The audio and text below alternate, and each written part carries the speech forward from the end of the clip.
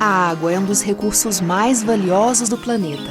No campo, nas cidades e nas florestas, na agricultura, na indústria, na geração de energia e no lazer. Ela é fundamental em todos os momentos das nossas vidas. Mas a água não está sempre disponível na quantidade e na qualidade que precisamos. No Brasil, temos longos períodos de seca, enchentes frequentes e forte demanda pelo uso da água em regiões com pouca oferta. Para enfrentar esses desafios, foi criada a Agência Nacional de Águas, a autoridade do governo federal responsável por monitorar, planejar e regular o acesso e o uso das águas gerenciadas pela União. A ANA estimula a gestão participativa, que envolve o poder público e representantes dos usuários e da comunidade. Afinal, cuidar de um bem precioso como a água é uma missão da ANA e também de todos nós. Saiba mais sobre a ANA no site www.ana.gov.br.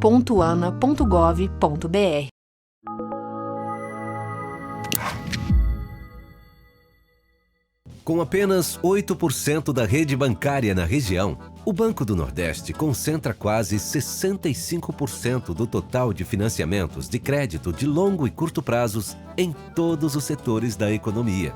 O Banco do Nordeste é também o principal agente financeiro do agronegócio em sua área de atuação, respondendo por 54% do crédito rural na região. Atuando para promover o crescimento sustentável na região Nordeste, por meio de apoio financeiro às atividades agropecuárias, o Banco do Nordeste oferece linhas de financiamento com as melhores condições de mercado em diversas atividades, seja para custeio pecuário, custeio agrícola, máquinas e equipamentos, investimento, comercialização e exportação, agricultura irrigada, energias renováveis e armazenagem.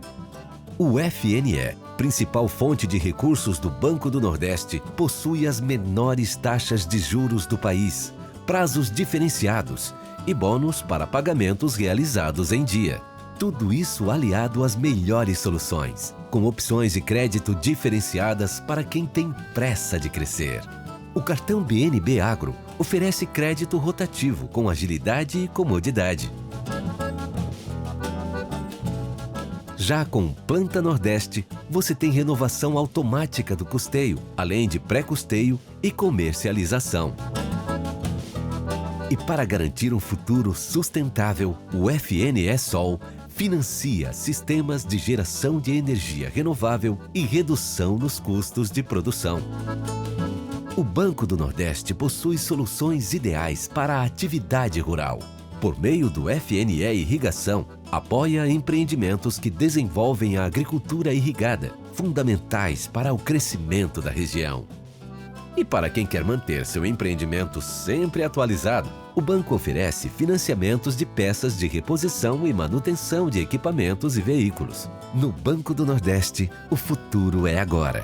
São diversas soluções digitais para simplificar e modernizar sua vida, como cadastro, conta corrente, simuladores de financiamento e login digital. E os pedidos ao fornecedor no cartão BNB Agro são feitos via mobile. É o Banco do Nordeste levando o desenvolvimento digital ao agronegócio. Com o BNB Agro Inovação, o produtor rural aumenta a sua competitividade por meio da incorporação de tecnologias e inovações no seu processo de produção e de gestão, como equipamentos de agricultura de precisão, máquinas autônomas e outros. O Banco do Nordeste tem uma política específica para o agronegócio, destacando-se apoio ao desenvolvimento do cerrado nordestino, incentivo à utilização de tecnologias de convivência com a seca e desertificação, apoio à logística de armazenamento da região, incentivo para ampliação de áreas irrigadas, apoio à pesquisa e à difusão de tecnologias para o agronegócio e estímulo aos projetos de micro e mini geração distribuídas de energia por fontes renováveis. O Banco do Nordeste e a Confederação da Agricultura e Pecuária do Brasil têm parceria voltada para a realização de ações integradas, a fim de ampliar e facilitar o acesso dos produtores ao crédito rural, Como consequência, o acordo deverá proporcionar a melhoria de renda e das condições de vida das famílias rurais atendidas na área de abrangência do banco. O banco mantém ainda parceria com empresas fornecedoras de máquinas, equipamentos e insumos agropecuários para possibilitar a modernização do setor. O Banco do Nordeste atua em estreita parceria com o Ministério da Agricultura, Pecuária e Abastecimento, apoiando os diversos programas do governo federal por meio de sua ação financiadora em consonância com as políticas públicas. É tudo isso e muito mais que faz do Banco do Nordeste o maior parceiro para acelerar o desenvolvimento do agronegócio. Boa tarde a todos que nos estão acompanhando. Estamos dando início à 15ª Mesa Redonda, na área de irrigação, Inovagri Meeting Virtual. Um prazer estar aqui com vocês nesse momento, na forma de moderador dessa mesa. Traz grandes nomes dos Estados Unidos, da Califórnia, estarão abordando manejo da irrigação e salinidade na Califórnia, com foco na produção de vegetais. Desde já, gostaria de agradecê-los aí por ter aceito o convite. Peço a todos que utilizem o botão, se necessário, de tradução, que está localizado abaixo, né, do lado direito, e deixem suas perguntas para nós no chat, que com prazer iremos transmitir para os palestrantes e responder da melhor maneira possível. Hey guys, first of all, I would like to thank you for accepting this invite for this roundtable. Everybody knows the life today is not easy, and thank you so much. So I would like to explain a bit about each speaker here. We have three guys. In the beginning, the André Biscaro, the Brazilian guy, is working in University of California. He's agronomy, graduated in USP, Universidade de São Paulo. Did a master degree in agronomy and soils in Auburn University. Nowadays, he's working as an irrigation and water research as advisor in this institute. His major is focus in irrigation and nutrition management of berries and vegetables crops. The second guy is Michael Cahn, graduate in soil and water science at UC Davis. Finished his master and doctoral degree in soil sciences at Cornell University. Currently, he is a farm advisor, irrigation and water research. His major is irrigation water research, and I think he is a part of crop managed online irrigation platform, a great platform of US. I hope he can explain a bit about this. Khaled Bali will be our third guy. He graduated in soils and irrigation at the University of Jordan. He did his PhD and master degree at the University of California, UC Davis. And his major is irrigation, water management. He had a large experience with irrigation and water management, irrigation systems, and soil salinity. And now I'd like to give the word to Michael to start, and feel free, you have 15 to 20 minutes. Thank you.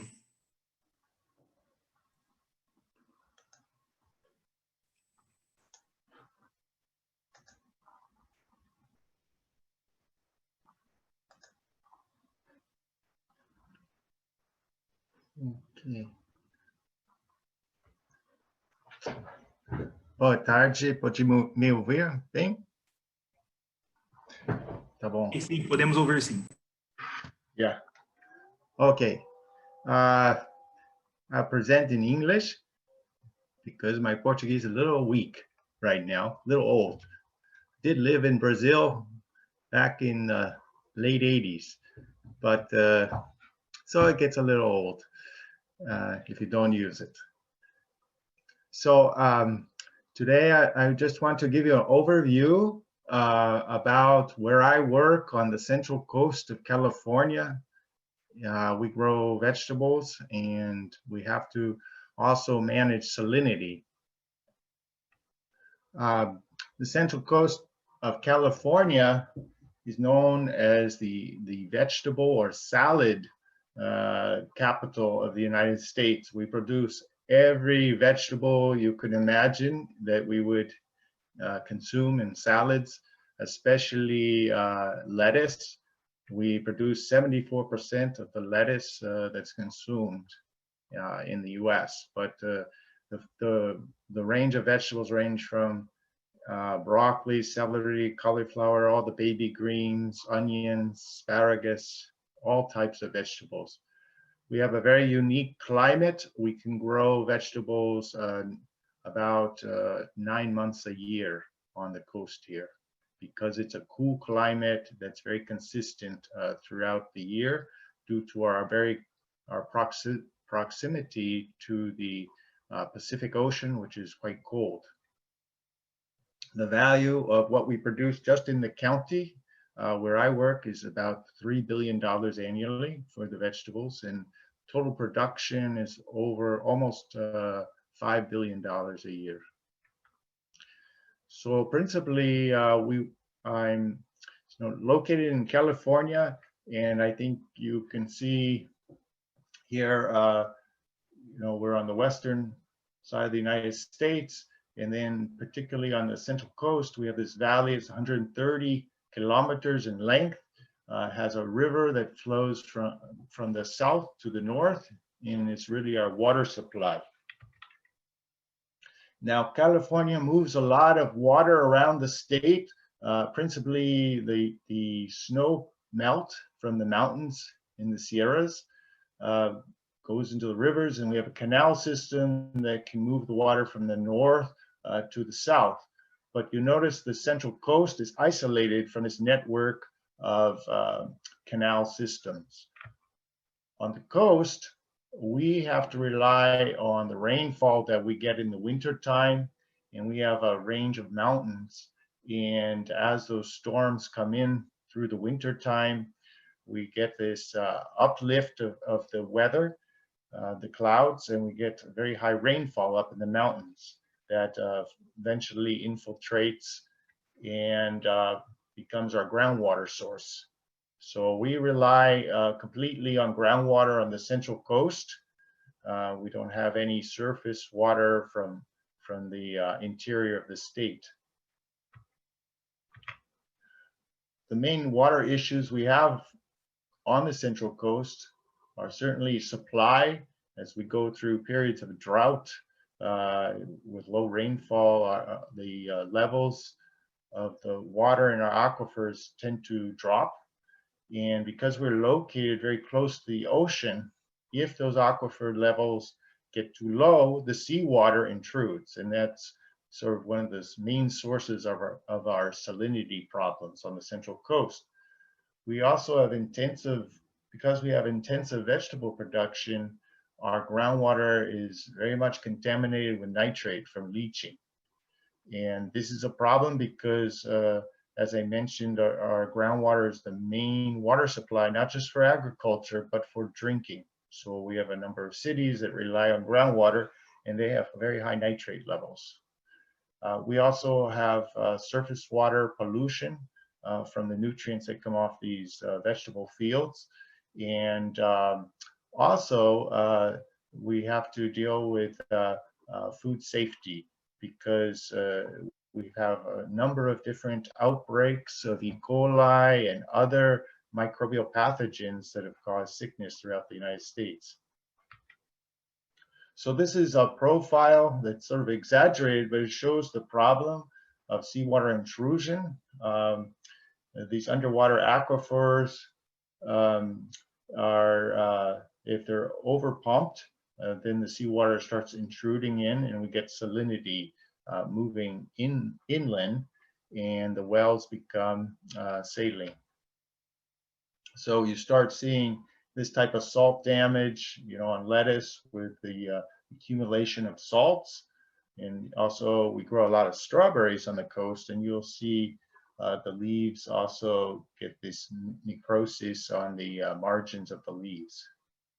But before you see any of these symptoms, what can happen is the plants just grow at a slower rate, or they don't get as much size.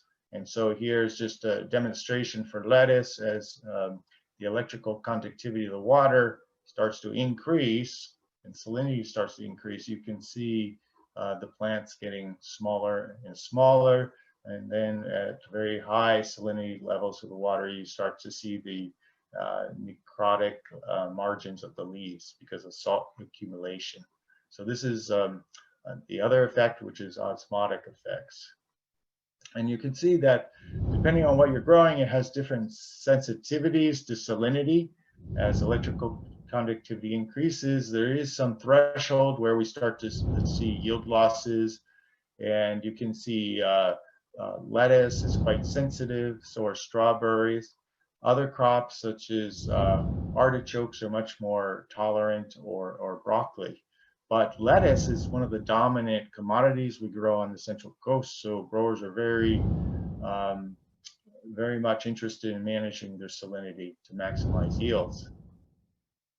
So, of course, growers need to monitor for the soil salinity level and maximize management of the water to prevent salt from building up. And so sometimes they need to apply a leaching fraction. This is extra water just to move the salts from the surface down deeper into the profile. Again, the leaching fraction's going to depend on the salinity of the water as well as the salt sensitivity of the crop. Usually we say, you know, you probably don't need more than a 30% leaching fraction because your soil salinity will approach your water salinity. But what is very important is to have adequate drainage. So if you have any clay pans or perched water tables, you can't apply a leaching fraction very successfully. And then something else that we also talk to growers about is when you're leaching, you want to separate this from when you are applying nutrients, because we don't want to leach nitrogen further down into the soil profile. And then one of the best times to leach out salts in the profile is during the winter when we have our winter rains. And so what we try to do is maximize infiltration of those rains during the winter times. So using cover crops can do that, adding soil amendments such as compost, deep tillage, and areas where we have perched water tables, we put in tile drainage systems.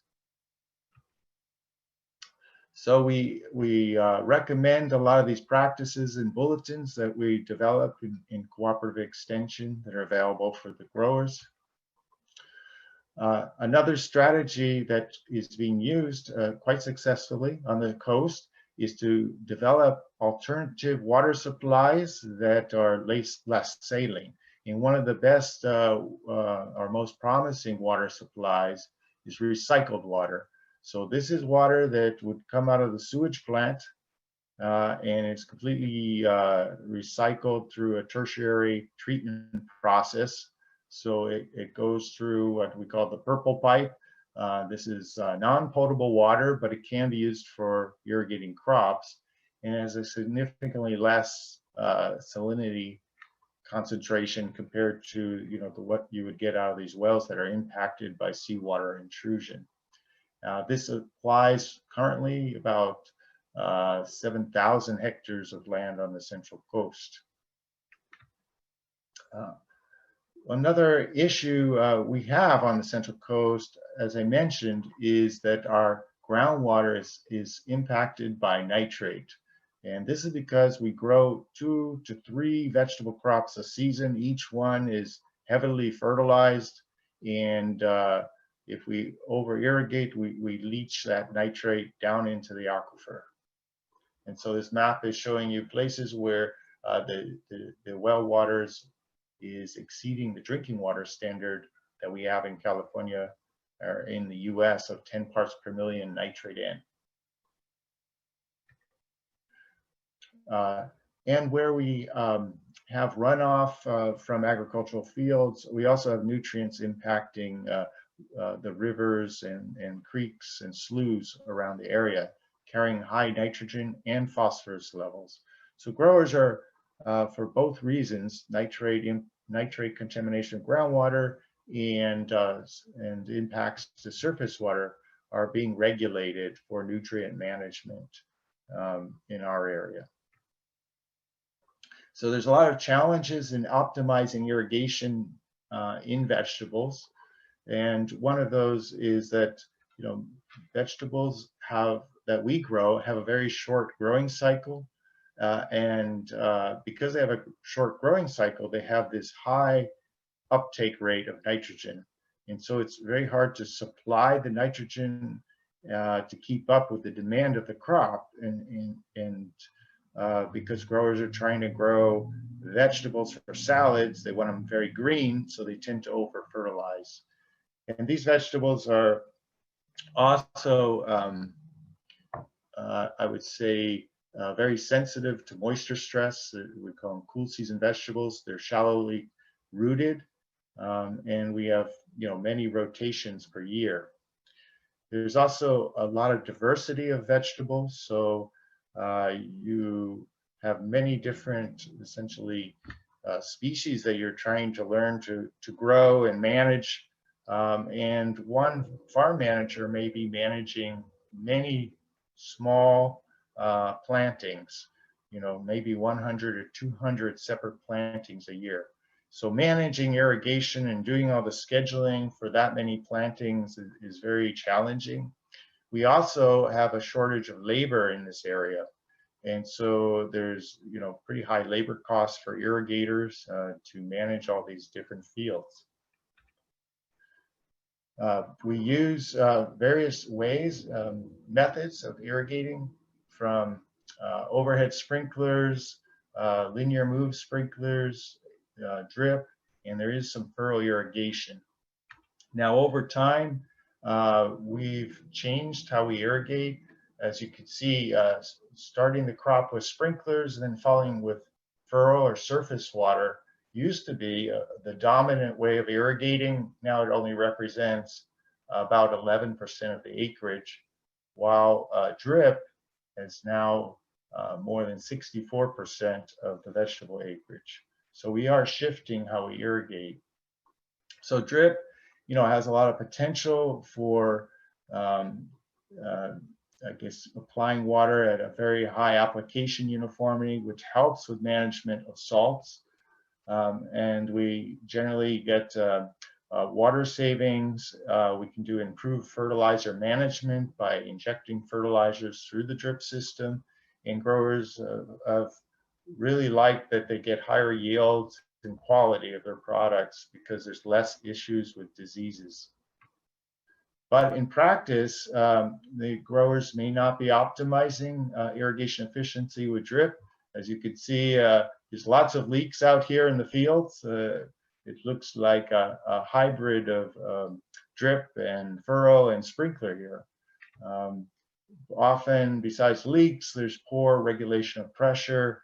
The scheduling tends to be out of sync with the crop demand, so you get over irrigation, which again leads to leaching of nitrate. We use sprinklers typically for crop establishment, but the Salinas Valley where I work is very windy, and so we can have poor uniformity using sprinklers. We get runoff from the fields, and it's expensive because we have to use labor for managing all this sprinkler pipe that's just in the field for that period of germination. So many growers are starting to shift to using, I call it single-use drip tape that they bury in the ground, so it's subsurface, but it's only a few inches below the surface, so they can germinate up the crop with the drip system and leave it there for the entire cycle of that crop. And then after the crop is harvested, they remove that drip tape. So with this type of system, we don't have any runoff. They use new drip tape with every crop, so they get very high application uniformity. And many growers are showing significant water savings, and taking sprinklers out of the system saves labor. Now, I also want to just touch on irrigation scheduling. You know, there's many different approaches. You could use weather-based or evapotranspiration approaches, plant-based, which are very popular in the permanent crops, and soil-based, monitoring soil moisture. The reality is that we have so many different fields and plantings to manage that putting soil sensors in every field is just not practical. And also using a plant-based sensor like a pressure bomb is just not practical for vegetable systems. So we're really relying on sort of a weather-based approach. And we do have a network of weather stations on the coast, so growers can see what the evapotranspiration rate is, the reference ET rate is for different regions of the valley here. But the challenge is to know what the crop coefficient is for each of these different commodities and for the development stage of those crops. So this is why we developed an online platform that growers can use for making those calculations. This is what we were talking about earlier, the crop manage, and it's used for irrigation scheduling as well as for nitrogen management. So also a grower can test their soil, put a value in, get a recommendation on how much fertilizer it would be appropriate to apply. They can also schedule an irrigation and get a recommendation on how long to irrigate. And we do a lot of testing to verify the algorithms we use in the software are accurate. So just to wrap up, you know, we have some key challenges in optimizing irrigation and salinity management of vegetables on the Central Coast. One is, you know, maximizing application uniformity, scheduling irrigations really to match the crop water use pattern, and then using an appropriate leaching fraction to control salt accumulation. And at the same time, try to reduce nitrate leaching losses and pollution impacts to surface water. So with that, muito obrigado para sua atenção. Okay, Michael, thank you so much for your presentation, for your interesting presentation. And now, right now, I will pass the flag to André. André, nice to have you here. Feel free to start the show, man. Ok, vamos lá. Deixa eu ver aqui. Estão me ouvindo tudo bem, Eusimio? Posso ouvir. Pode ver a apresentação e estão me ouvindo bem também, né? Sim. Legal. Então tá joia. Boa tarde, pessoal. Meu nome é André Biscaro, eu trabalho para a Universidade da Califórnia, do sistema de extensão no condado de Ventura, e eu trabalho como um Irrigation and Water Resource Advisor aqui. Eu faço pesquisa e extensão nessa área de irrigação e fertilização, bastante de hortaliças, algumas frutas também vagas. Então, eu fico agradecido aí pelo convite para falar sobre o meu trabalho. E vamos lá, o português tá bom, mas o português na área técnica tá um pouco enferrujado, então, por favor, vocês me perdoem aí caso não esteja tão bom. Deixa eu ver aqui. Sua apresentação saiu. Isso, voltou. Saiu, né? Mas voltou agora, né? Tá joia. Vamos lá, então. Então, tá bom. Eu queria... o objetivo dessa apresentação aqui é para dar um contexto da agricultura aqui no Condado de Ventura, falar sobre o clima, as culturas, a qualidade e a quantidade de água, a disponibilidade, né, de água para a agricultura, e também com regulamentações ambientais e os projetos aí que a gente tem feito, que frequentemente a gente trabalha com manejo da salinidade, né? Então, aqui nesse círculo vermelho, aqui no sul do oeste do estado é Ventura, né? O condado de Ventura, que a gente tem um clima mediterrâneo, esse clima com verões quentes e secos, e invernos não tão frio, mas também não tão quente, e temperaturas mais amenas, mas mais molhadas. Então, vocês podem ver que a maior parte da precipitação vem no inverno, né? Quando a evapotranspiração já é mais baixa. A evapotranspiração aqui representada em amarelo, né? Então, um clima bem ameno, a gente pode produzir muita cultura com muita qualidade, né? Então, um dos maiores desafios nossos aqui é a urbanização, né? É uma área muito desejada para se viver, então é complicado a gente, a agricultura, competir com a urbanização, desenvolvimento, né, de casas aí. Então, aqui estão as principais culturas do condado. O morango é a principal aí, com a maior parte, uma grande parte do valor, né, 670 milhões.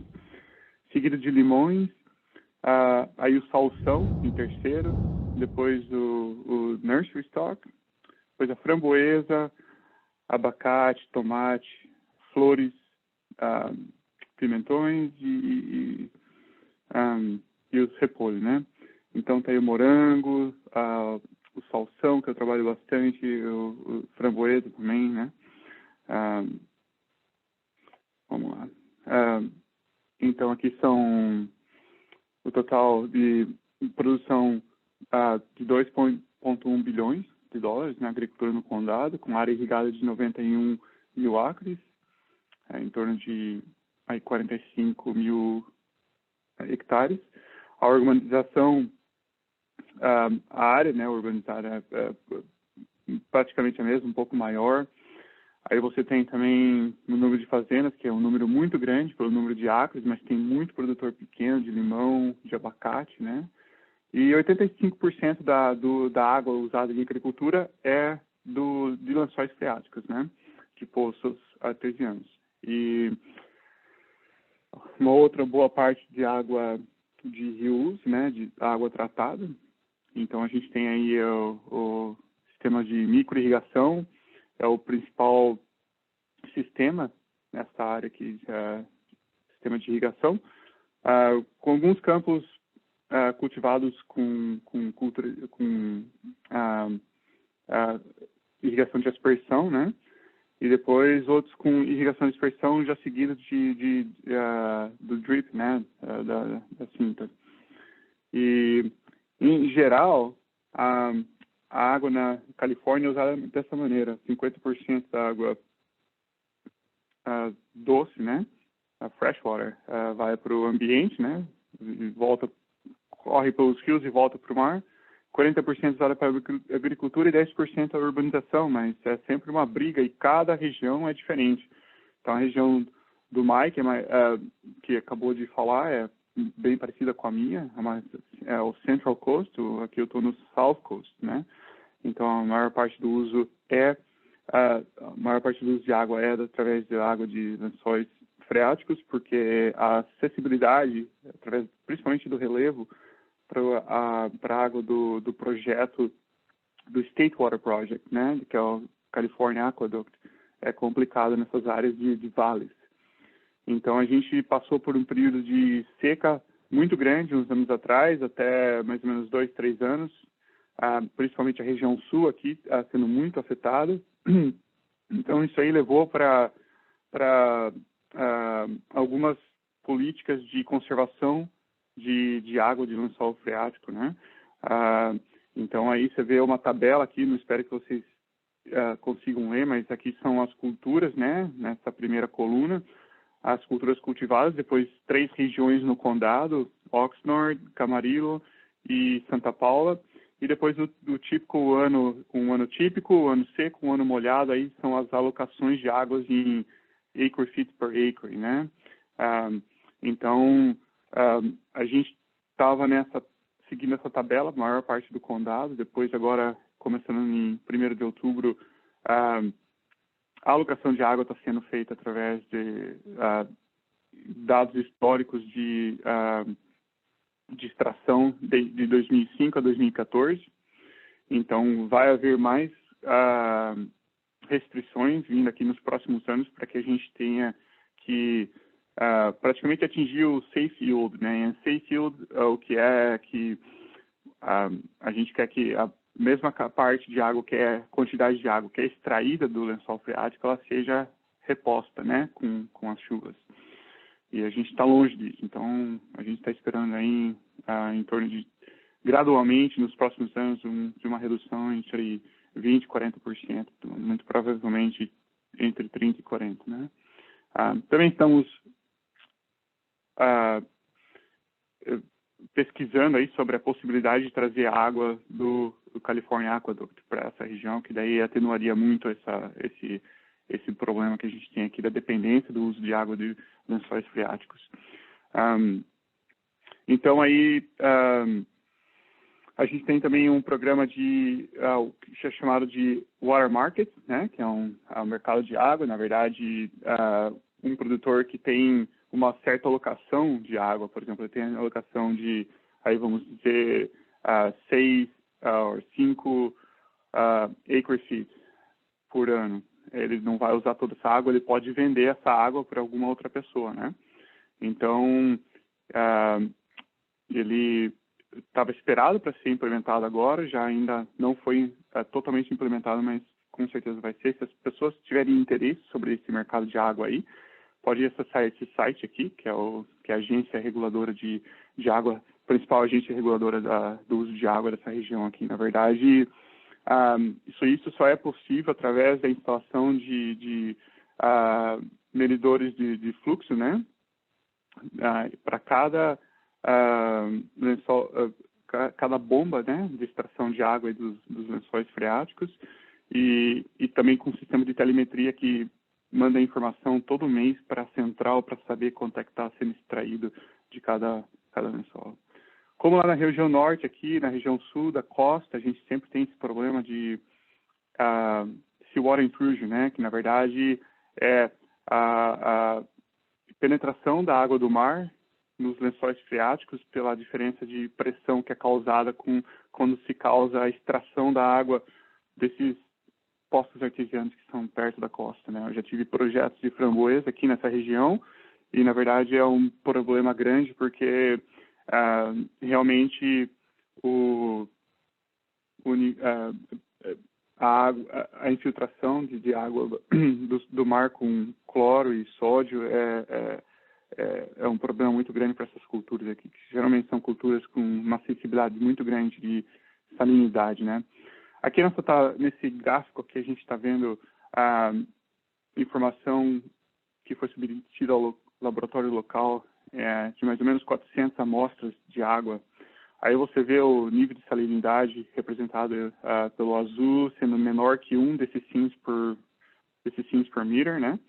Aí depois em laranja, 1 a 1,5, que já é uma área aí meio complicada que já começa a comprometer a produção, né? Dessas culturas que a gente está conversando aqui, morango, framboesa, salsão, repolho.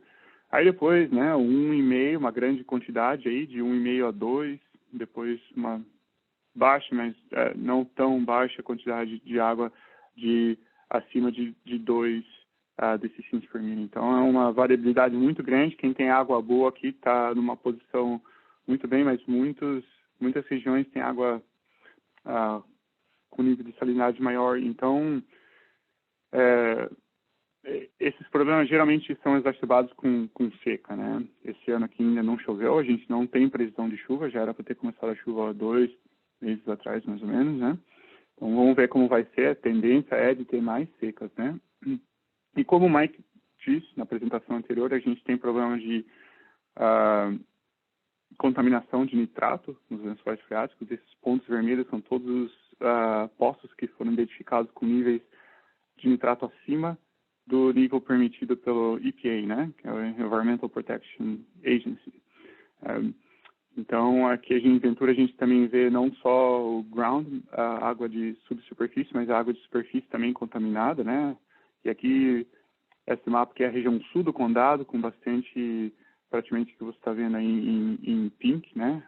O roxo, são o morango e os hortaliças, né? Os vegetable crops.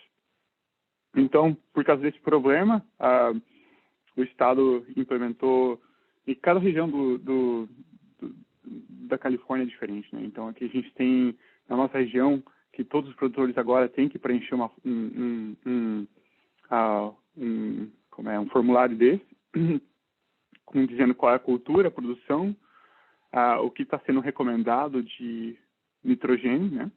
Em libras por acre, a área da produção, e depois aqui você também tem a quantidade de nitrogênio exportado, né? Então, o que eles estão bem interessados aqui, na verdade, é o contraste entre o nitrogênio aplicado e o nitrogênio exportado. Então, aí você vai, o produtor tem que colocar o que ele foi aplicado de forma líquida, foliar, de esterco, composto, o que sobrou no solo do ano anterior. Então, é um processo para eles começarem porque não é todo produtor, né, que tem essa facilidade para entender não só os ciclos de nitrogênio, mas as fontes, como tudo isso funciona. É um sistema um tanto quanto complicado, né, pelo fato do nitrogênio não ser tão estável no solo. Então, isso aí está sendo um exercício muito interessante não só para os produtores, os consultores, mas para a gente também, que a gente tem alocado um bom tempo do nosso trabalho para a criação de informação que ajude os produtores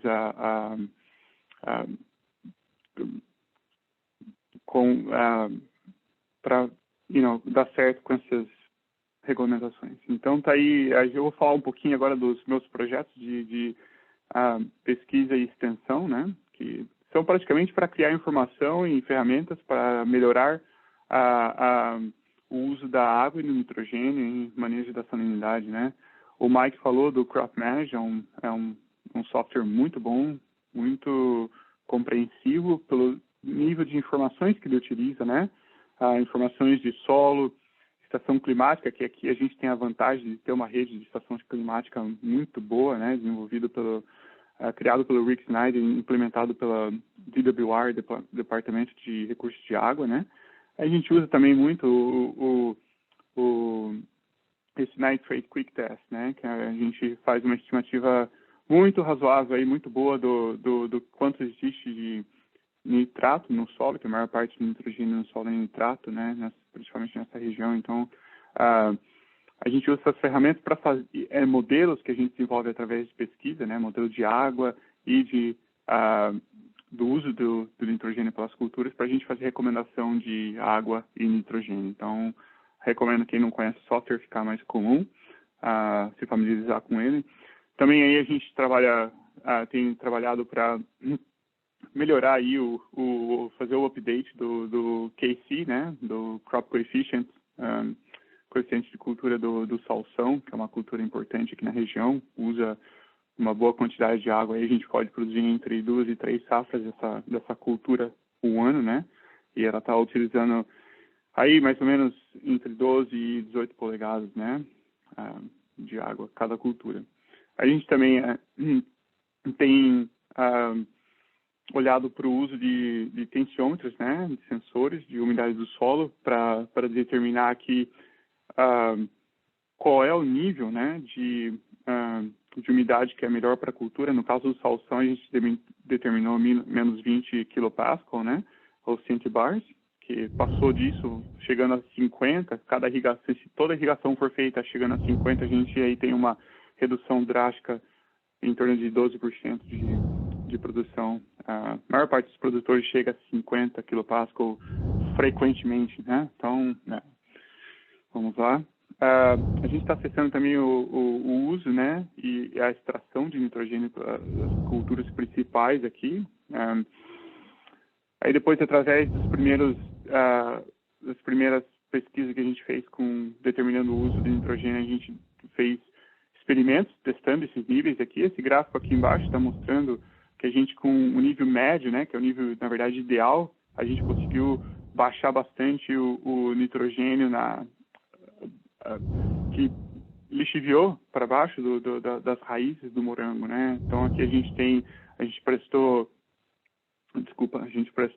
teve 3 níveis, baixo, médio e alto. Isso aqui, na verdade, é nitrato abaixo da raiz. Então ele foi aumentando com o aumento da quantidade de nitrogênio aplicado à cultura, mas também a fonte de nitrogênio foi muito importante, que aqui com a N20, né, que é 50% nitrato, 50% amônio, ele ajudou bastante. Então também, voltando para o tema da salinidade, aqui a gente fez um experimento para o morango, principalmente, para determinar qual é a sensibilidade, né, do morango, porque se a gente for olhar esses guidelines que a gente do FAO, né, que geralmente é o mais importante aí para a gente se basear para saber se a qualidade da água está impactando realmente as culturas. Se olhar para o morango, ele está falando aqui que 1.3 você já vai ter uma redução de 90% de produção, e na verdade a maior parte das nossas águas aqui é 1.3, 1.5, 2, como vocês viram antes. Então, na verdade, isso é dependente muito do sal, né? A gente encontrou que o cloro é um sal muito agressivo à cultura do morango, então a gente teve a maior parte da perda de produção com esse tipo de tratamento aqui. Também com sulfato, mas o SAR, né, que é o Sodium Adsorption Ratio, foi um problema também. Então, eu tenho alguns outros slides aqui que aqui mostra a verdade da produção, né, baixando com o aumento do nível de salinidade, e aqui são cloro baixo, médio, alto, né, e aqui o sulfato médio, sulfato alto, o controle, né. Então, na verdade, eu vou deixar esses slides aqui para que a gente, durante a discussão aqui, a gente possa voltar e, se quisermos dar uma analisada nesses dados aqui, a gente pode falar sobre isso. Mas, na verdade, é isso. Para terminar aqui a nossa apresentação, a gente tem problemas de disponibilidade de água, né, de quantidade e qualidade, e o preço varia significativamente. A gente tem problema com salinidade e regulações com nitrogênio também. Então, agradeço a atenção aí e passo a palavra para o Eusimio. E André, muito obrigado por sua apresentação, excelente apresentação. Muito bom saber que temos profissionais brasileiros nos representando tão bem fora, e é uma honra estar com você aqui. Obrigado, eu que agradeço. Now, Khaled. All right, thank you. Let me start. Thank you. Yeah. Okay, can you see the screen? Yeah.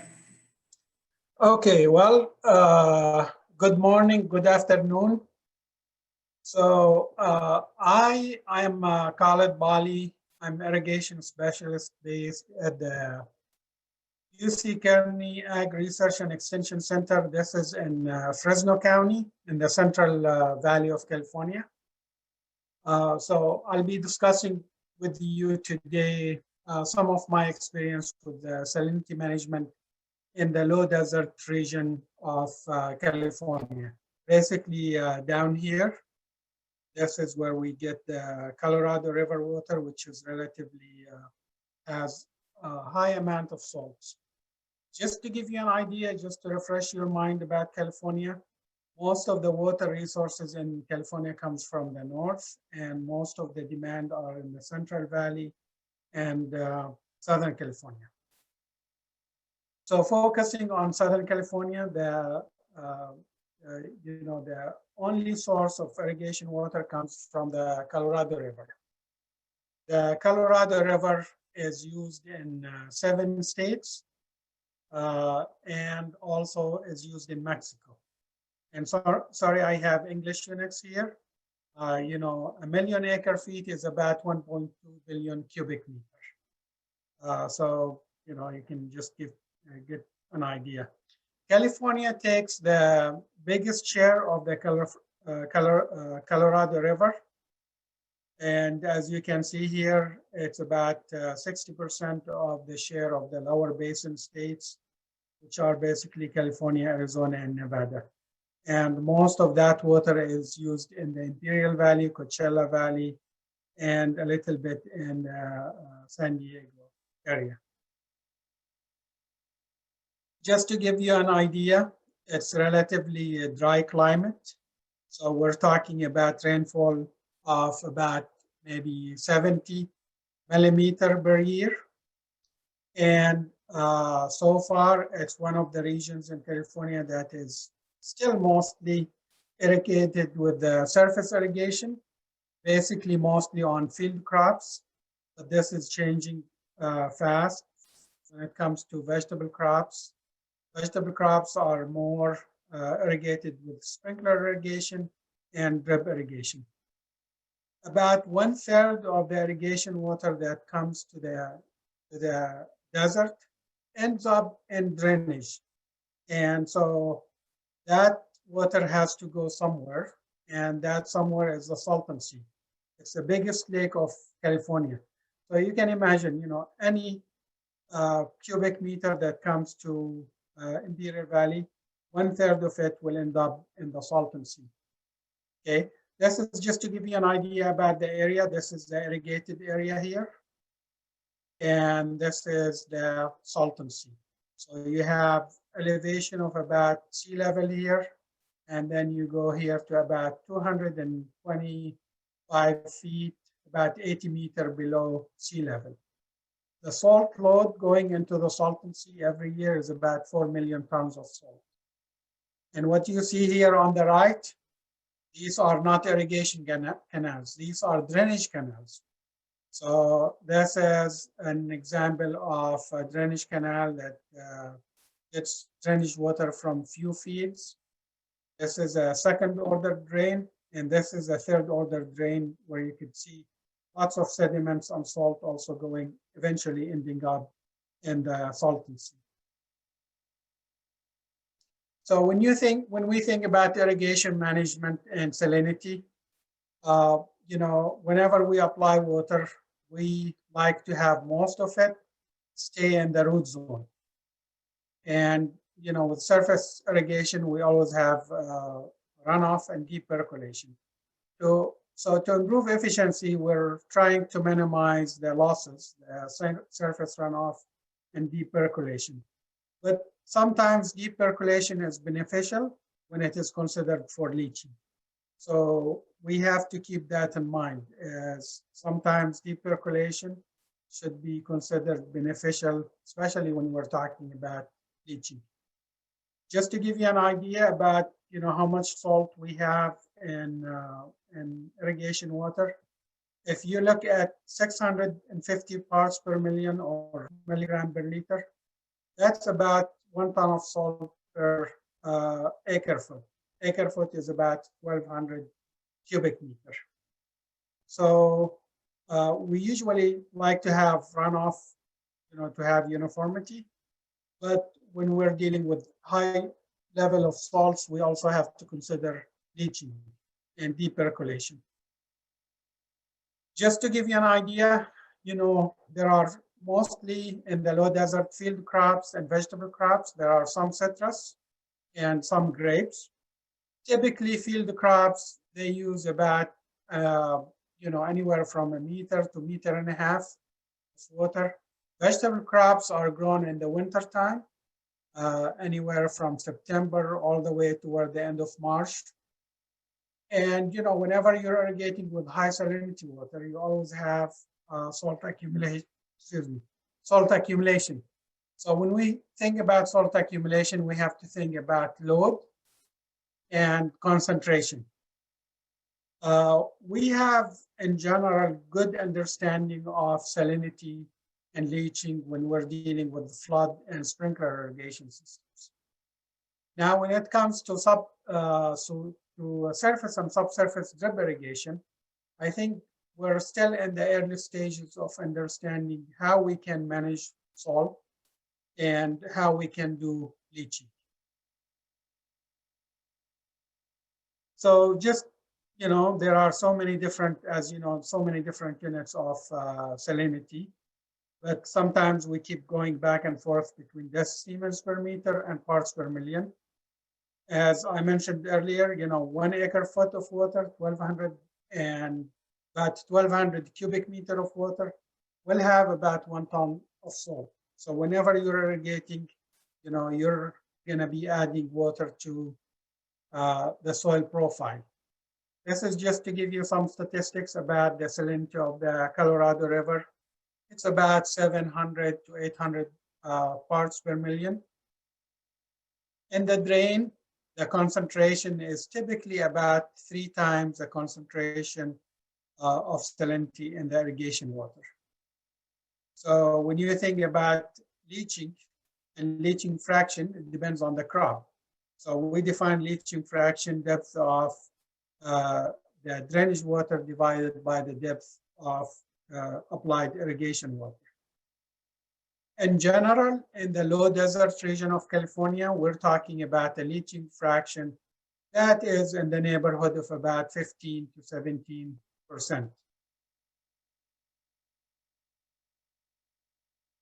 So dealing with, salty irrigation water and, salinity buildup,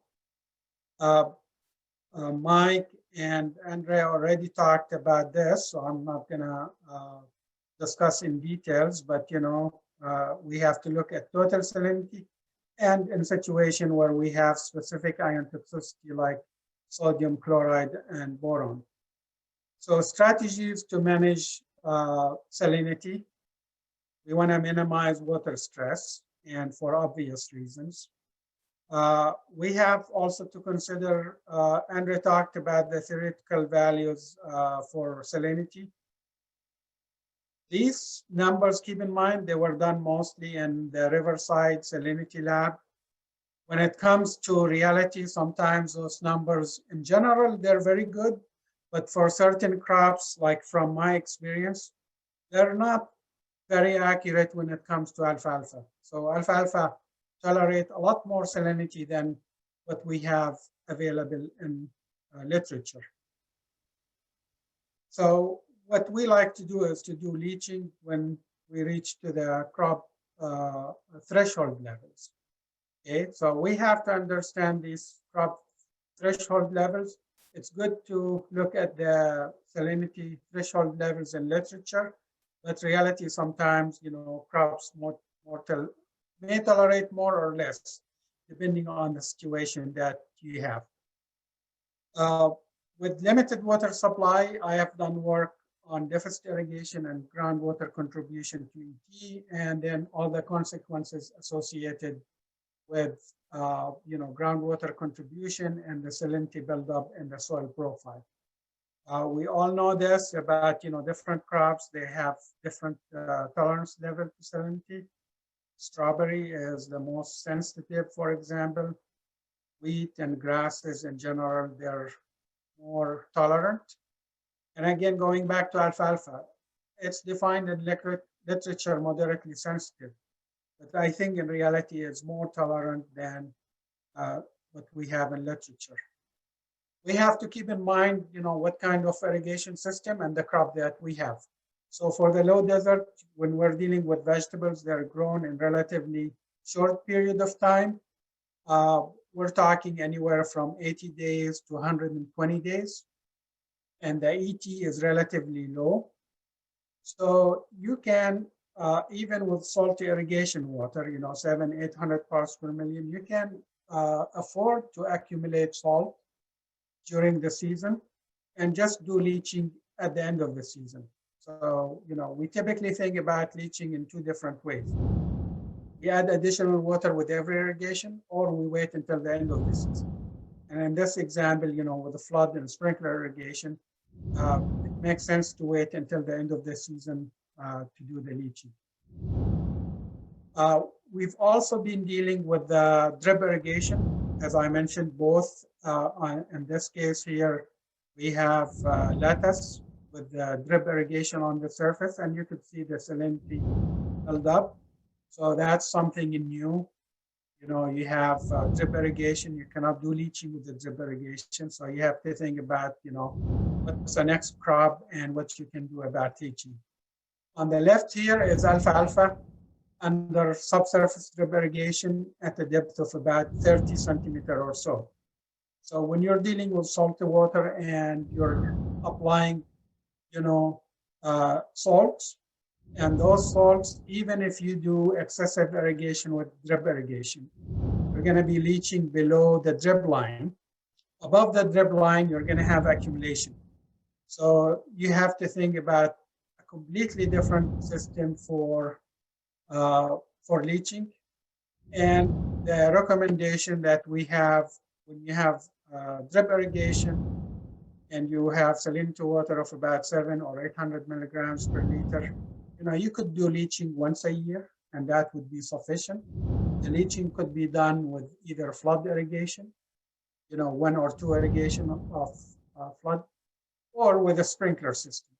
So for growers who are starting to use subsurface drip irrigation, that is one of the things that they have to consider. Another irrigation system for leaching, either flood or sprinkler irrigation.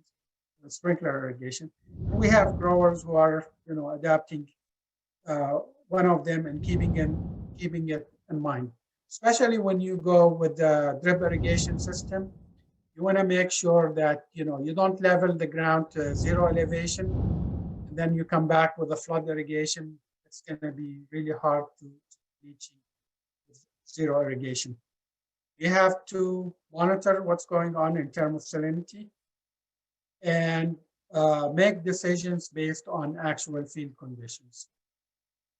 For a long time, for the irrigation district in the Imperial Valley used to have salinity assessment program, where basically a grower will ask the irrigation district to conduct salinity assessment, and that service used to be for free, and basically they will just scan the system with EM38.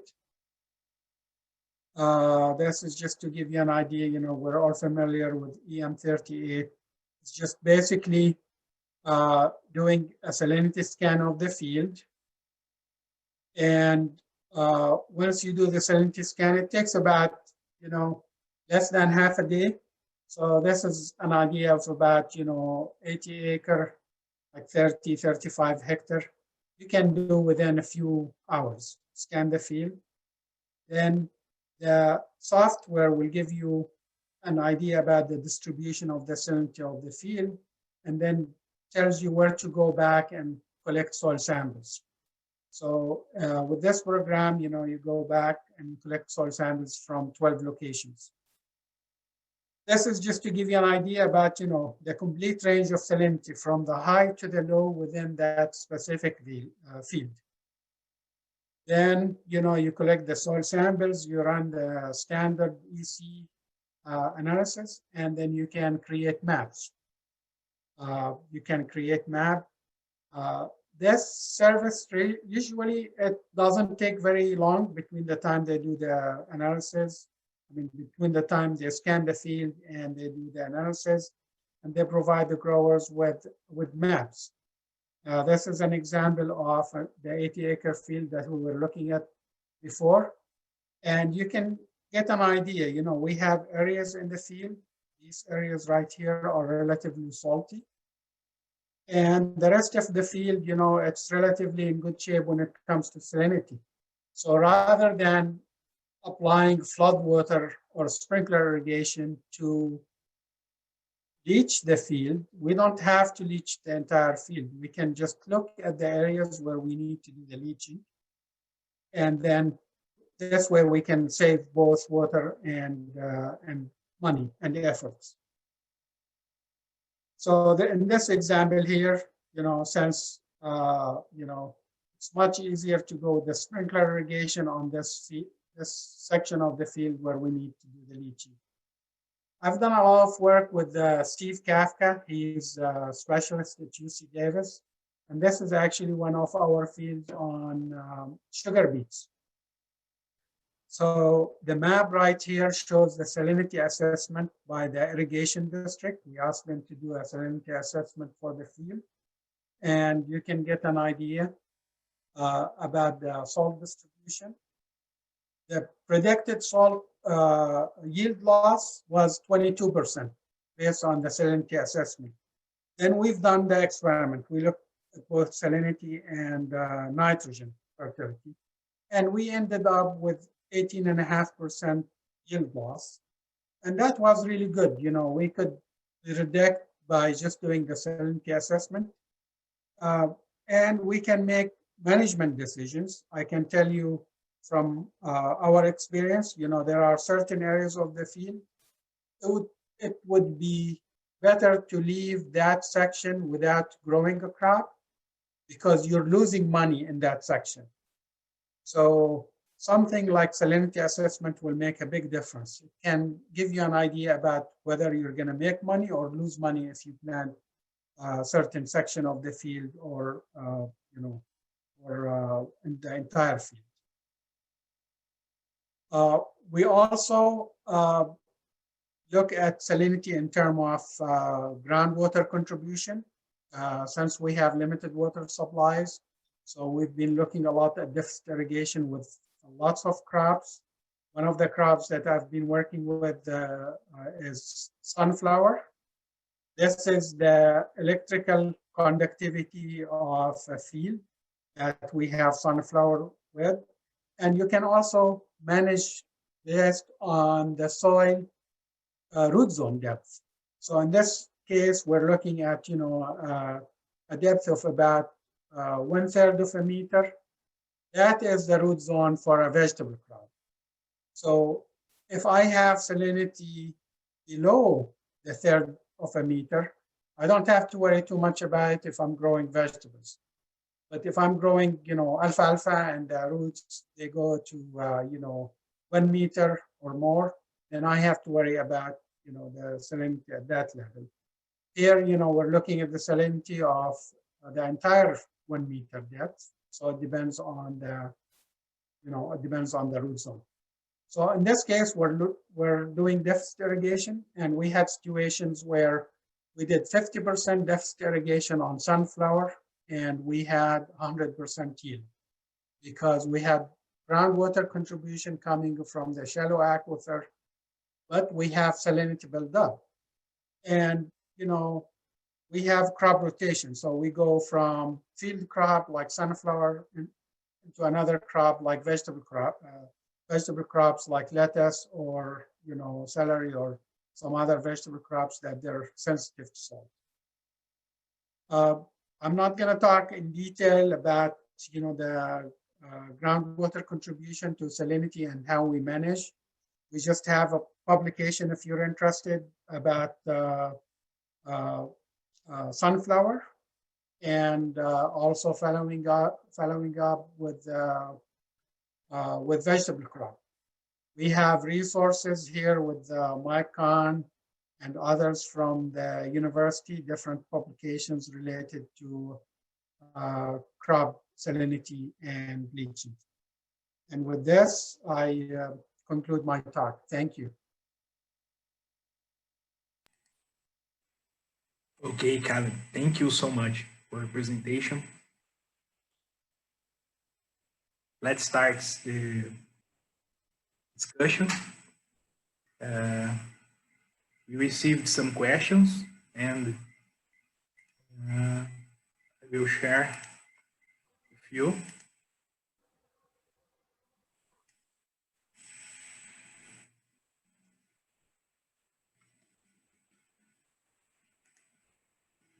Se algum participante tiver alguma pergunta, por favor, deixe no chat, que eu vou estar fazendo aqui para o pessoal.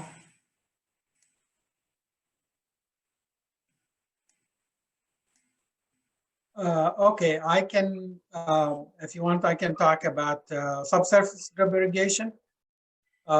Subsurface drip irrigation actually, and a drip irrigation, same way, they're really good when it comes to distribution uniformity. You have really very high distribution uniformity. Problem is with subsurface drip irrigation, if you're dealing with irrigation water that has salinity, you are going to have salinity build up above the drip line. So if the drip line is 30 centimeters, you're going to have accumulation above the drip line. And to do this, you have to monitor salinity and match it with the crop threshold. And for alfalfa in the desert, we found the best thing is to do, we grow alfalfa like 365 days a year. So the best thing is to come in springtime and do 1 or 2 flood irrigation. And that will take the salt below the drip line. Okay, interesting. It was the 30 question here from Julian Bettino, and Michael and André. Do you want to do something about this topic, this question? Before that, I will start in the first one again. Yes, CropManage is a free software. It was developed for California, but it can be adapted to other regions. We usually do this through someone who is in that other region that's with a university or an institution that can make sure the software works correctly. So it's a possibility. But if you wanted to try it, you just need to register on CropManage, and there is information on how to get started in a help screen. And you can also email me if you have questions. Or you can email Andre Biscaro or Khaled. We all are quite familiar with the software. So it is available completely free. And then I think there's a question on how it works. That might take a little more time to explain, but essentially, we're utilizing the weather station data, reference ET from around California. Now you can enter your own reference ET data for your region in CropManage manually. You can put historical data in for a crop, but then the crop coefficient is based on fractional canopy cover. So we have models of that. We also have it linked to satellites to bring in estimates in almost real time of what the canopy cover is.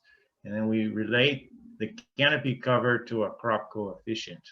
And so what Andre was showing, where he's measuring the crop coefficient of celery, I believe he also, and I did this too, we monitored the canopy development at the same time.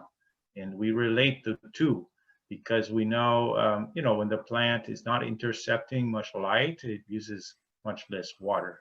That's really key, is the fractional cover. So that's a key part of it.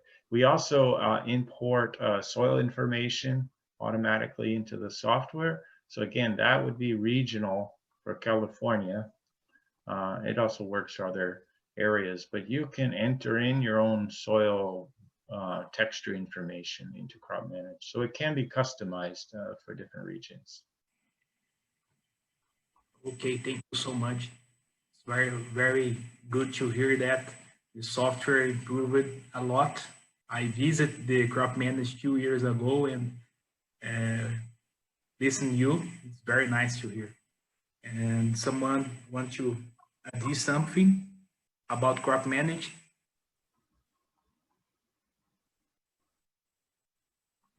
No? Okay. The second and third is the same. Sorry about this. The Khaled answered, but Michael or André, we want to talk a little more about subsurface drip irrigation? Well, I would just say that we are using subsurface drip in a different way on the Central Coast. I did show a photo in my presentation, and we are not injecting the tape more than I would say 10 centimeters. So it's very shallow, and this works very nice for vegetables. And we don't have the problem with salinity buildup on the surface because the tape is very close to the surface. And then this shallow depth allows us to remove the tape at the end of the crop, actually after the crop is harvested. So in that way, it's a nice compromise. It reduces the amount of evaporative losses from the soil surface. It reduces weeds that we would germinate on the surface. We've done comparisons where we've looked at sprinkler, sprinkler germinated lettuce versus subsurface drip germinated, and we can, reduce the weed population by maybe half or even more. Andre, you might want to add something. Okay, well, sure. I just can't start my video here. I'm trying, but about the drip tape, I find it very useful for vegetable crops, especially that the tape is used in the surface. If you don't have the plastic mulch, it really helps to, it helps with the whole process, identifying leaks and to place the tape and so forth. We usually don't have problems with rodents here on the coast. And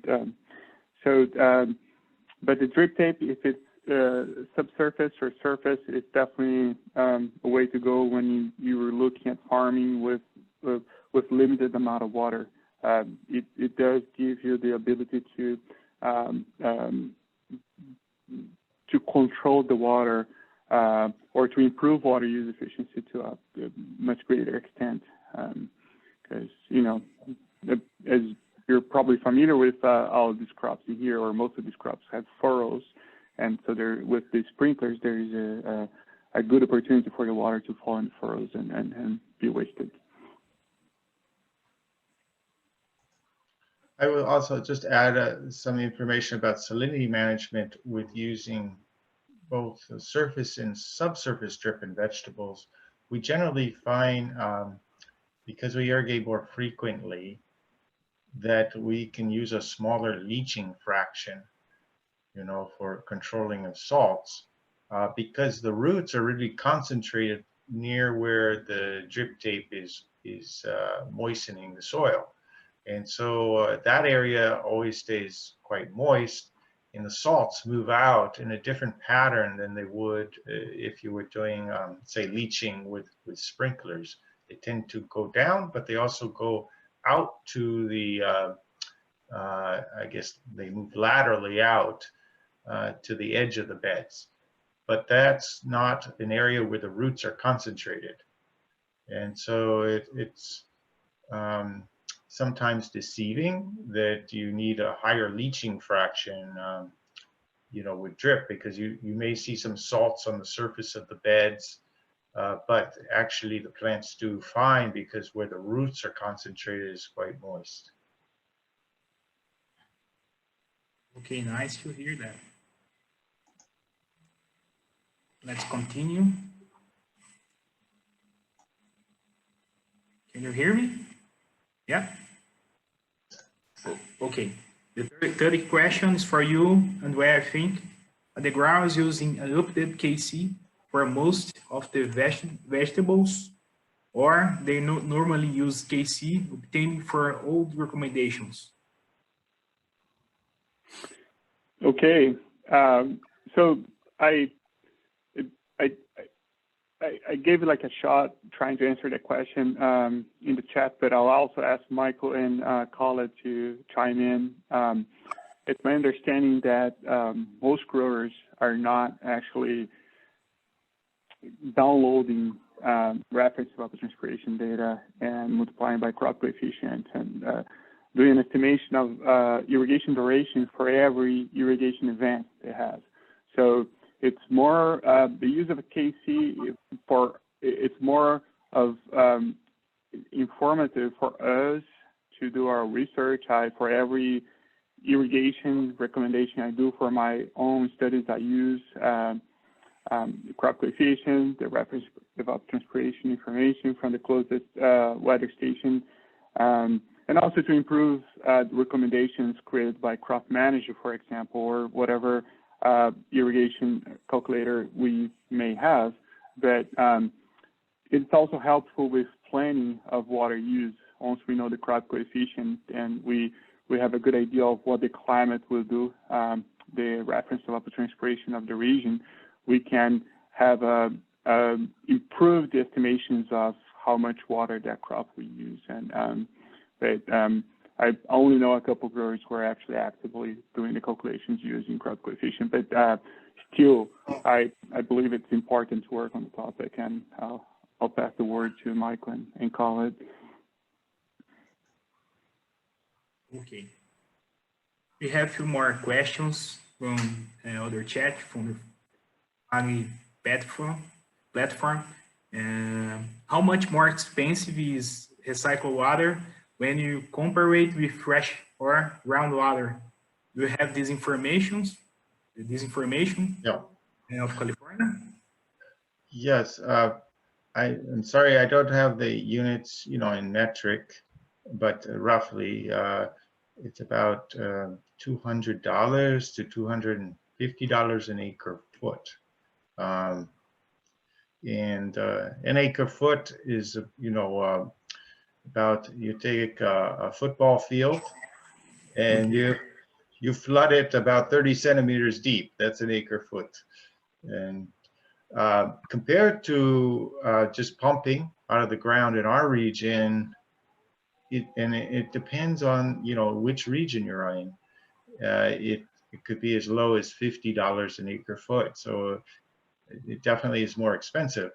But in another valley nearby, maybe it's $300 an acre foot versus $250 if you are getting water in it just right out of the ground. So it really depends on the region. What I like to compare it to is if you have to use reverse osmosis, right? Because if you have no water, right, you can't bring it in. Your only choice is to try to do reverse osmosis desalination, which desalination process at cheapest is $1,000 to $800 an acre foot, right? So it really has helped the growers stay on the land and keep farming because they have no alternative water source. Okay, great. We had the other question that we need to this answer to, maybe you answer now. Someone want to add something about this question? Yeah, the numbers that Mike talked about is it's 20 cents per cubic meter for recycled water versus about $1 per cubic meter for reverse osmosis. And reverse osmosis is not very practical in California, not because of technology, because of regulation. Because of regulations and what it takes to dispose of the saline water that is generated through the process of reverse osmosis. Okay, nice. Big difference. So big difference. André? No.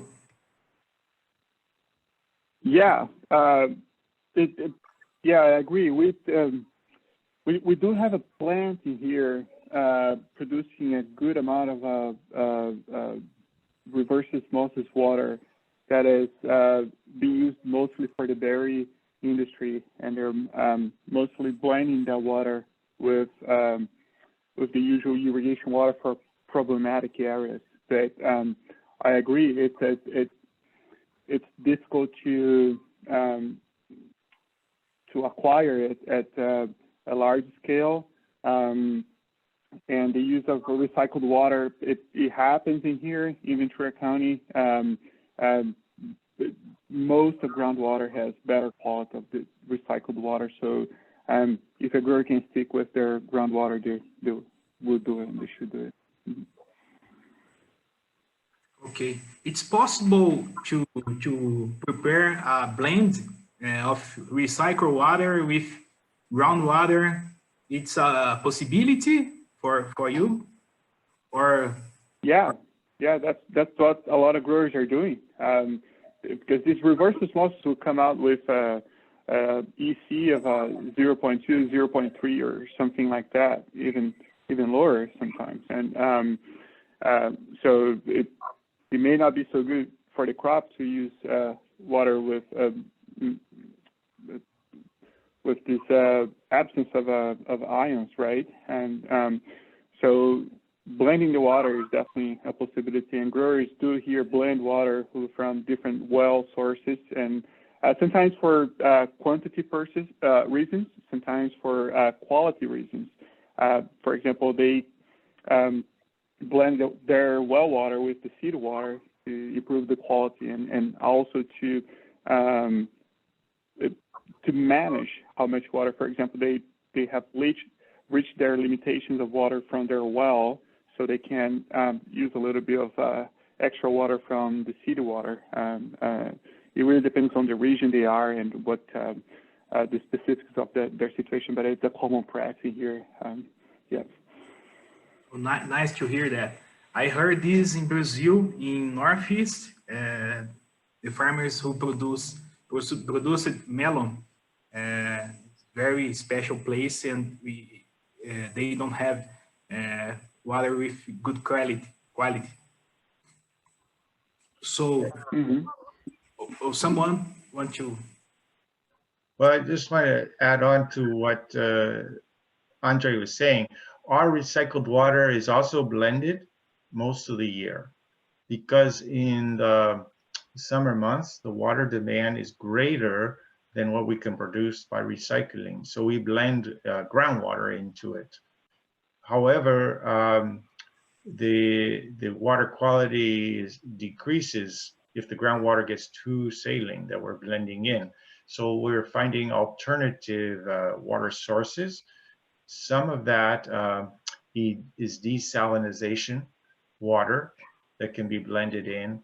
And some of it is if we have a wet year, because we have some reservoirs upstream, they can release fresh water, and we have an inflatable dam, right, that can capture that water and divert it into a retention area, and then it can be blended in with the recycled water to lower the salinity and make up the missing volume.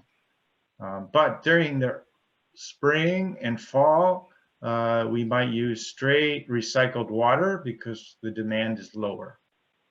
So we have many different methods to try to improve the quality of that recycled water, because it does have a electrical conductivity about 1.6 decisiemens per meter. So it's not without salts itself. Okay, great. Thank you for sharing this. And Michael, we have one more question for you. You spoke about the sensitive to moist stress. How the farmers face this challenge? Are they usually use sensors? Well, unfortunately, they don't use soil moisture sensors very much in the vegetables. They do use them in strawberries, you know, morango, but that's because it's a more of a permanent crop. It's in the ground for an entire year. But the vegetables are in the ground sometimes only 60 days, sometimes only 35 days. And so the cost of putting these sensors in and utilizing them for just a short time is too expensive. So what do the growers do? They tend to over irrigate. They just check the soil moisture, you know, by monitoring with their shovel and their hands, and they really rely on the irrigators to make a lot of the decisions on water management.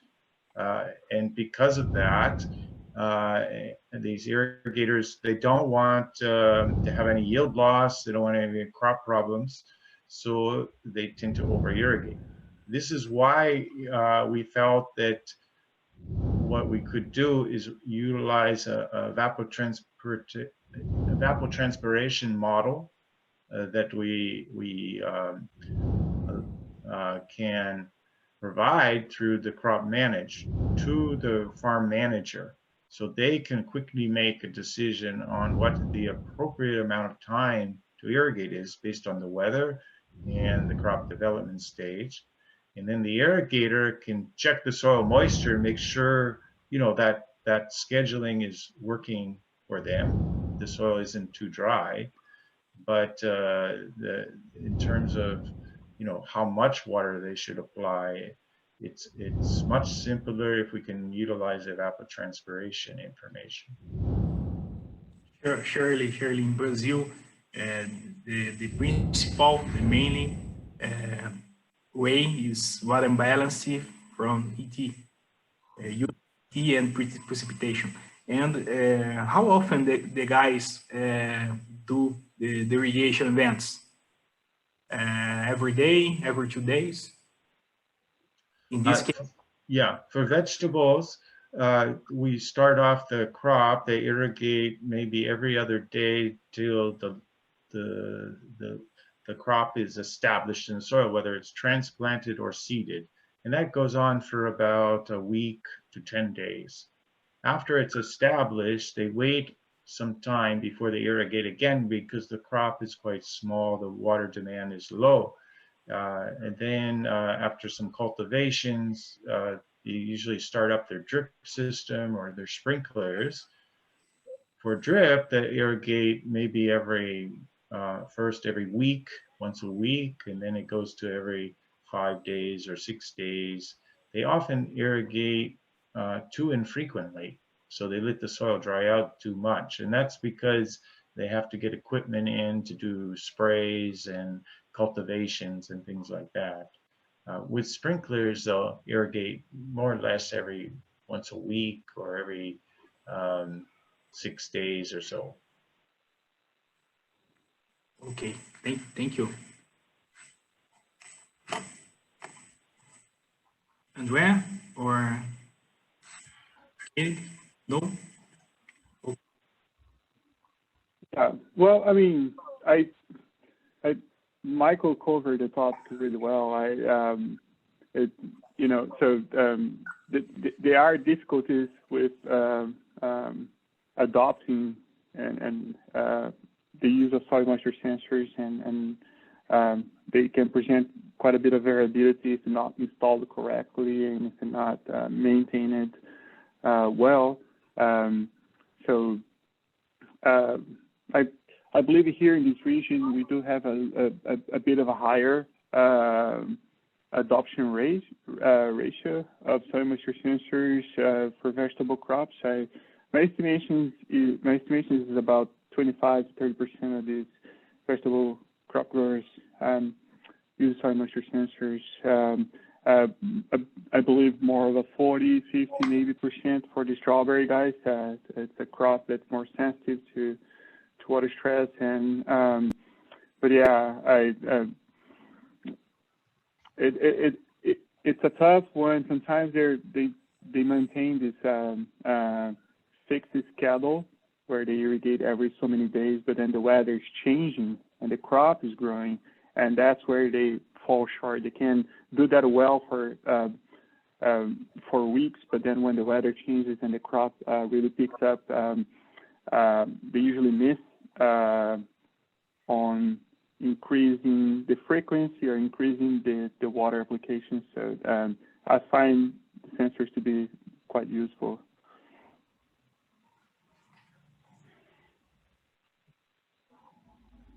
Okay, thank you. We have this question. What are the main progress observed in depth irrigation implementation in California? Someone want to answer this question? Hey, Eusimio, just before we move to question number 7, do you mind if we address Daniele's Zacharia's question? He put a question both in the Q&A and in the chat. Okay. And I can read the question here if you guys want. So he's asking about the potential for mapping, monitoring, and managing salinity and salinity impacts with remote sensing techniques in areas where you operate. So, and that's a great question. I'll go ahead, and if you don't mind, I'll get started and chime in on this.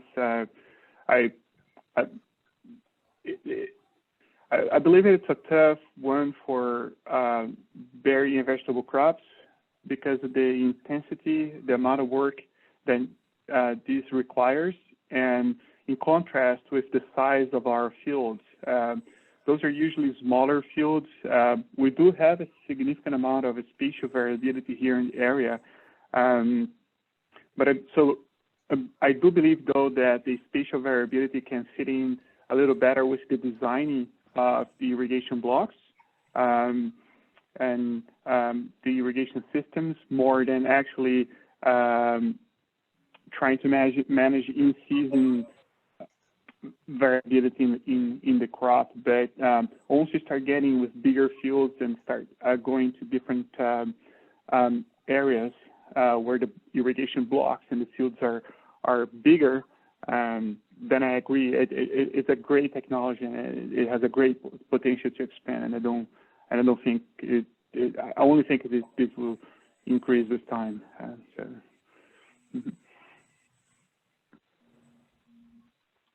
Okay. Maybe Michael and Khaled could chime in.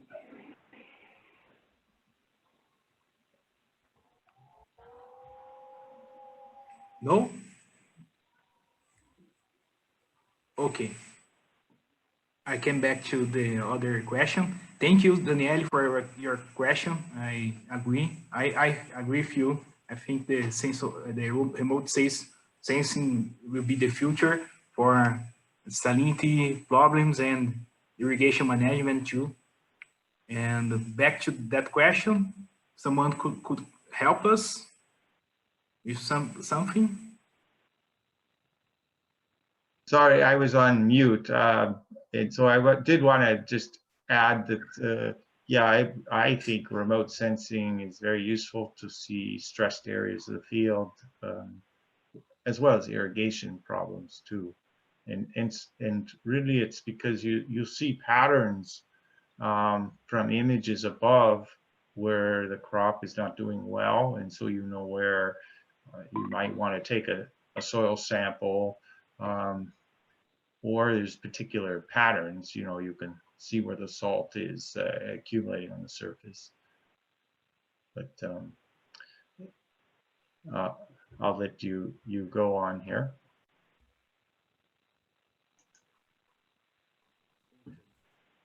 I don't know much about remote sensing when it comes to salinity, but you see, USDA Riverside Salinity Lab is working in this area, and I think there's a great potential, like Mike mentioned, to see problems in the field and maybe what you can do about it. Khaled, I think I saw in your presentation something about depth irrigation. Could you explain a bit, talk a bit about this? Okay, so deficit irrigation, now we're talking about question 8. What are the main progress observed in deficit irrigation in California? Okay, so when you think about deficit irrigation in California, you think about where we have deficit irrigation. The reason we have deficit irrigations, two main reasons. One of them is limited water supplies, like, when you think about the Central Valley and limited amount of water in the ground water. So you may have to do deficit irrigation because you don't have enough water available. And that is something that we have to deal with when it comes to groundwater management in the future over the next 2 years. Then we have another reason for deficit irrigation in Southern California. Basically, when we're talking about the Colorado River region, which is basically taking water from the ag areas to the urban areas. And deficit irrigation is a normal practice there because there is a value for that water. And that value, you can do deficit irrigation in summertime on alfalfa, for example. You will lose the yield. You're not going to be able to get much yield because it's hot, and the alfalfa will not survive without irrigation. But farmers will do deficit irrigation or termination of irrigation in summertime, so they can take that water and sell it to San Diego and Los Angeles areas. And we've done a lot of work on deficit irrigation. We came up with value, actually. In the Southern California, they use $285 an acre foot. So $285 per 1,200 cubic meter of water. That's the value. So the farmer who terminate irrigation, whether summertime or the entire year on his farm, they will get money in exchange for taking that water and make it available to the urban areas. So I think there's a great market for implementing deficit irrigation because of the limited water supplies or because of the water market in California. Okay, it's a good match between farmers and urban cities. Khaled, your site is close in Perro Valley. Perro Valley is inside your area. Not sure what you mean. The Imperial Valley is about 2-hour drive from San Diego, about 3.5-hour drive from LA. So, and also keep in mind, water rights, they were done way back about 100 years ago when most of the water was used in agriculture and very little demand in urban areas. So the water rights for urban areas are relatively small compared to the water rights for agricultural areas. So farmers have to get compensated to move water from ag to urban areas. Okay, understood. One more question for you guys. I saw a parrot. The farmers have salinity water and reduce availability. How can we handle this?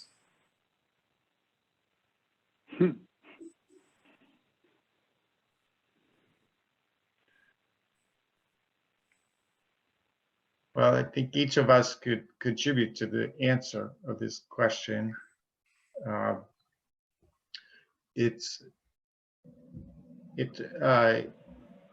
has to be handled through various methods. So one is trying to address the salinity of the water. And so that takes a regional approach to generate new water sources. And so that could be replacing it with recycled water like we do on the coast, supplementing with desalinized water. So there's that type of management. If you have rainfall, we try to infiltrate more of the rain water so it doesn't run off, because that's one of your best sources of water for leaching out the salts. So good management, on the ground, on the farm is also important. And we're also trying to breed varieties of the vegetables that are more salt tolerant too. So, these approaches, these three approaches, better management on the farm, better germplasm, and getting better water sources seems to be, the main ways we will address this.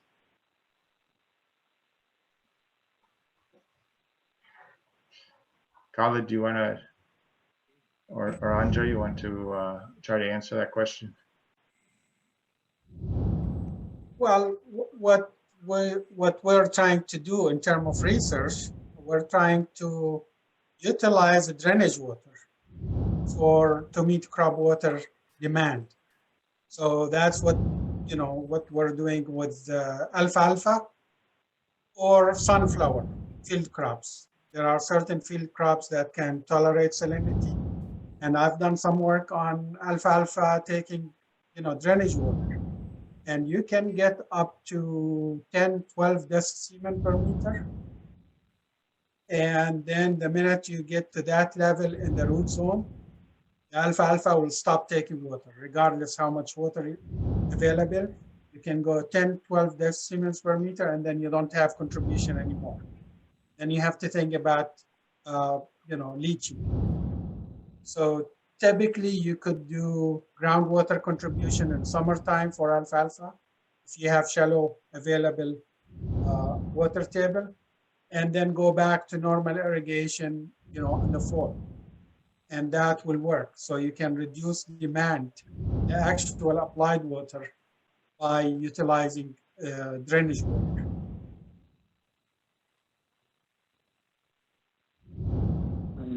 Okay, well, I've been trying to enable my camera here. Somehow I haven't been able to, so if the host can allow that. But anyways, it's the fate of agriculture in arid areas, right, or semi-arid areas, that the water availability and the water quality usually decreases. So with that in mind, doing what both Khaled and Michael mentioned, that are comprehensive strategies, taking advantage of rainfall the most you can to leach the salts, and then after that, mostly adapting cultivars, crops, and doing everything you can as far as management to have enough water to grow a crop, but also leach the salts. And in this region here now, with environmental regulations, leaching has become more challenged, because once you leach the salts, you also leach the nitrates, and that can be a problem.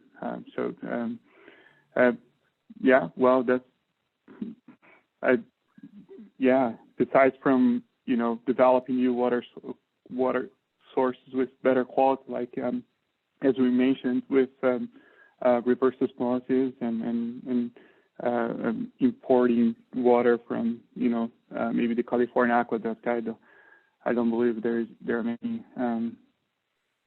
long-term strategies for solving this issue. I would also add that drip irrigation has helped growers grow with higher salinity water, because we are just irrigating the root zone, and so it's a tool that applies the water very, very evenly, and allows us to keep flushing those salts out of the root zone. But the drip has to be managed really well to do this. Without good management, growers can have big problems.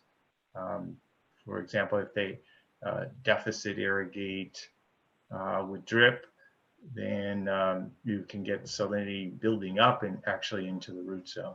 So it can be a very, very useful tool. And it minimizes the amount of loading of salts to the soil profile, which therefore minimizes the amount of leaching we need in the winter time. Okay, great. Thank you, Michael. Good stuff. We have one more question from Daniele. Maybe you can see in the chat, but I will read here. People often talk about salinity and leaching. In some areas, the high salinity and NaCl often correspond to high level of Na, which can creating sodicity and low water filtration problems in the soil. In this case, leaching is not an easy practice.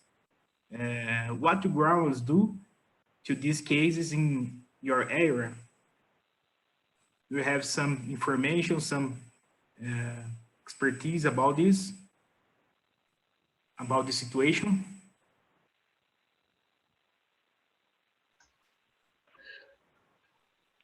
Sure. Yeah. Oh, go ahead, Andre. Well, you can go, Michael. I think calcium is the answer. Go for it. Yeah. Mm-hmm. Yeah. So if we have a loss of infiltration, I mean, it is a combination of the EC and sodium absorption ratio.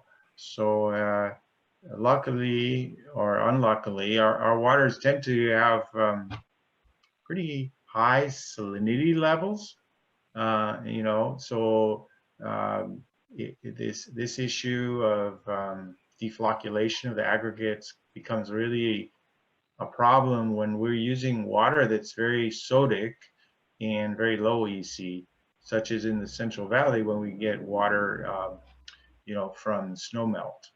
It can be like that. But in our area, we don't have too much of this problem. But if we start to, we usually add some calcium to the water. So that's one approach. We actually can inject gypsum. Sometimes we have plenty of calcium, but we have very high bicarbonates in the water because the water originates from groundwater, right? And so what we do is we acidify the water, lower the pH, and that frees, you know, up more calcium. And we can do this by using an injection of sulfuric acid. We also use what are called sulfur burners to essentially replace the bicarbonate with sulfate.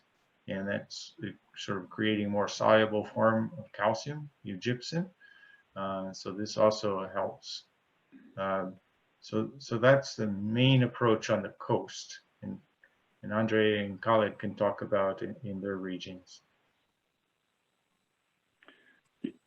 You know, for the desert region, vegetable crops are typically grown on lighter soils, so you don't have infiltration problems. And in general, salinity buildup on vegetable crops, that's not a big factor. Relatively short growing season, and once you're done with that crop, you go to something else, and in between you do a leaching irrigation.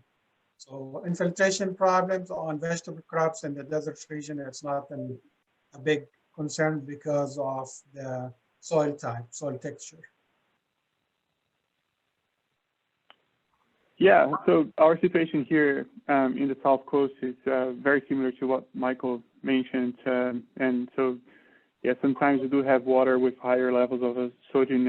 And as Michael mentioned, we should definitely be looking at the SAR, which is the sodium absorption ratio, and the relationship between sodium, calcium, and magnesium. So when the SAR is high, we're having filtration problems, and then either applying sulfuric acid to free up the calcium in our soils, or applying gypsum, and or, you know, sometimes even fertilizers nitrogen fertilizers or fertilizers that can have the potential to acidify the soil in the medium to long term are options for that.